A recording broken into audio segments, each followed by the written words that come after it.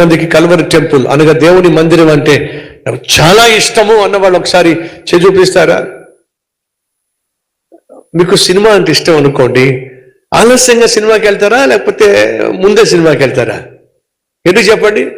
ముందే సినిమాకి వెళ్తాను చూపించండి. ఓహో, మీరు లేదు బ్రదర్, ఇప్పుడు సినిమాకి వెళ్ళాల్సిన అవసరం ఏముంది బ్రదర్, అదే మా ఇంట్లోకి వచ్చేసింది బ్రదర్, ఇంకెళ్తలేదు బ్రదర్. చెప్పొచ్చేది ఏమిటంటే, నువ్వు ఏదైతే ఇష్టపడతావో దాని దగ్గరికి త్వరగా వెళ్తావు. మరి దేవుడి మందిరం అంటే నాకు ఇష్టం అని చెప్పి అన్నవాళ్ళు గ్యాలరీలో కూర్చున్న వాళ్ళు ఎందుకు ఆలస్యంగా వచ్చారు? ఎందుకు గంట ఆలస్యంగా వచ్చారు? అవమానం కాదు, దేవునికి అవమానం కాదు. ఒకసారి ఆలోచించండి. మనం చూపించే చెయ్యి వేరు, మనం నడిచే కాళ్ళు వేరు.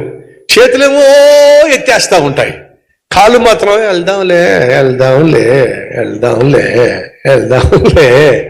అది చేతులకి కాళ్ళకి పొంతనే ఉండదు. దేవుని ప్రేమిస్తున్నావా? దేవుని సంఘాన్ని ప్రేమిస్తున్నావా? ఒకసారి ఆలోచించండి. ఒకసారి ఆలోచించండి.